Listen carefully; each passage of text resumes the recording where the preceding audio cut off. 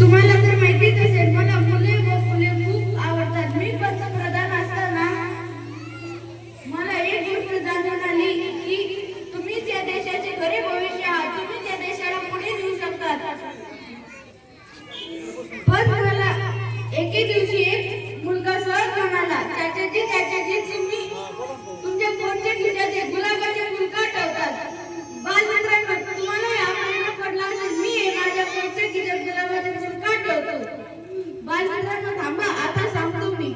गुलाबाचे फुल अनेक काट्यांनी उमलते आणि सर्वांना सुगंध देते. त्यामुळे मला प्रेरणा मिळते.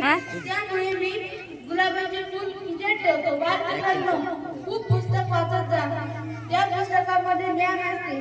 पण हे पुस्तक तुम्ही जरूर वाचा. द हिस्टरी ऑफ इंडिया या पुस्तकामध्ये स्वातंत्र्य लढाईच्या अनेक पैलूंची माहिती दिलेली आहे. पुस्तके वाचत जा, शिका, मोठे व्हा आणि आपल्या भारत देशाचे नाव रोशन करा. एवढे बोलून मी माझे मनोगत संपवतो. जय हिंद, जय भारत.